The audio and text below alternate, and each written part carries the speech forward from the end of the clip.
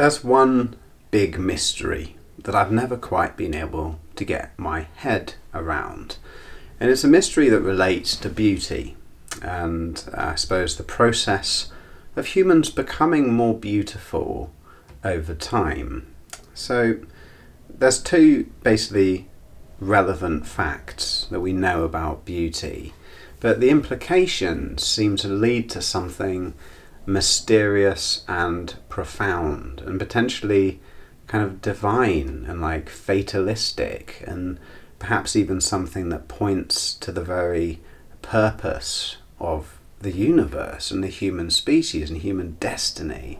And those two facts are this. On the one hand, it is known that what is deemed beautiful seems to correlate with certain mathematical properties or mathematical patterns that can be detected, for example, in faces. Things like the distance between the nose and the top of the lip and the mouth, or the distance between the eyes and the length of the head, or whatever it may be. There seems to be like a perfect ratio which makes people very beautiful and perceived to be beautiful.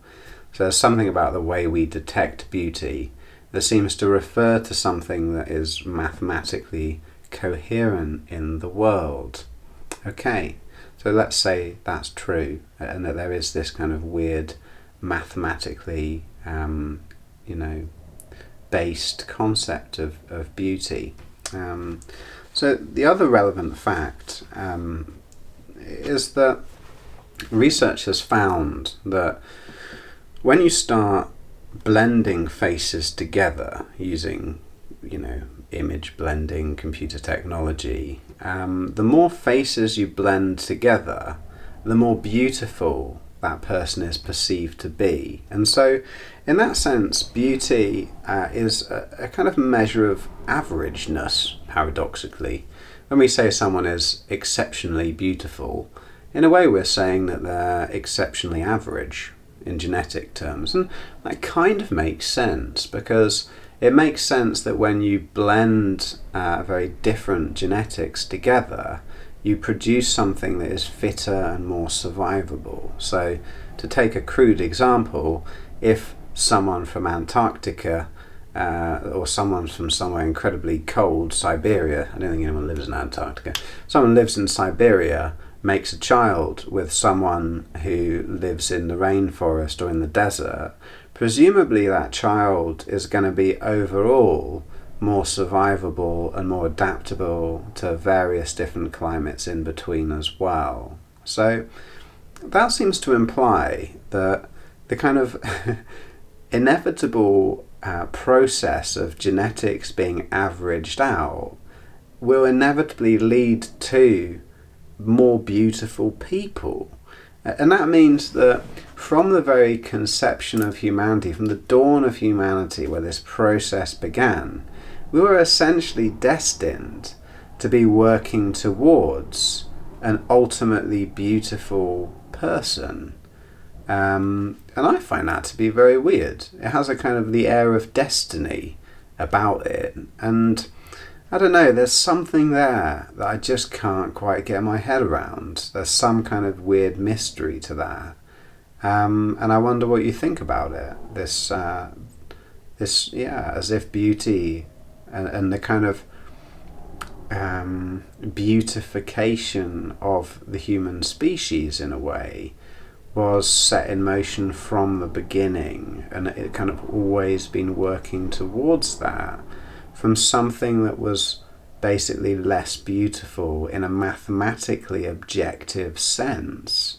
That's weird, right? I mean, am I the only one who thinks that's weird? I haven't really read anyone talking about that.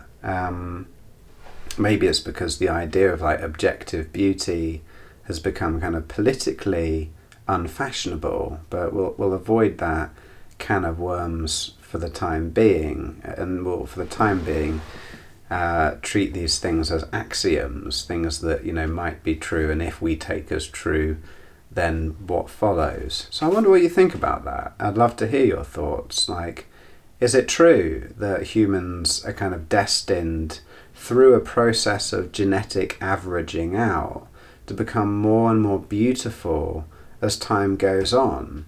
And I don't know, I'm a big fan of art galleries, and especially portrait galleries. And to put it bluntly, a lot of the people in the past weren't very good looking. Here in England, a lot of the kind of 15th century portraits of women, they seem to look a bit like Cornish pasties, some of them. Their faces, the shape of them is a bit kind of weird looking. And you compare them to modern women, and modern women seem much more beautiful. And this could just be a kind of cultural conditioning. But if it's true that beauty is detected, and I think neurologically beauty is detected like ridiculously quickly, in like 0.0001 seconds, people are like, boom, I just see that person is beautiful. And if it's true that's rooted in mathematics, and probably it isn't completely cultural, and that implies that people are actually objectively getting better looking with time to some extent. That throat clearing was legitimate. It wasn't meant to signal something I'm meant to imply or something. I actually just needed to clear my throat. This kind of raises the possibility that people in 500 years' time will just be ridiculously beautiful. And that if you did have a time machine and you could take someone from our time back in time, 2,000 years, 5,000 years, people would just be almost unable to process how beautiful that person was. Like, if we took the person who was most beautiful according to that mathematical standard of beauty, and we took them back in time, 500 years' time, I think a lot of people would be having heart attacks. Their brains would explode from this new perfection that they've never seen before. And that if I were to travel forward in time 5,000 years, potentially the people would just be so unimaginably beautiful to me, that I would almost, die of a heart attack when I saw them. I'm reminded of Hafiz, who wrote in one of his poems, he said, "I have such strong desires that if I really were a wise man, they would kill me." And I think if I travelled 500 years into the future and looked at the most beautiful woman that I saw, potentially it would kill me, because I also, like Hafiz, am not very wise. I wonder what you think of all of this, and look forward to reading your comments below.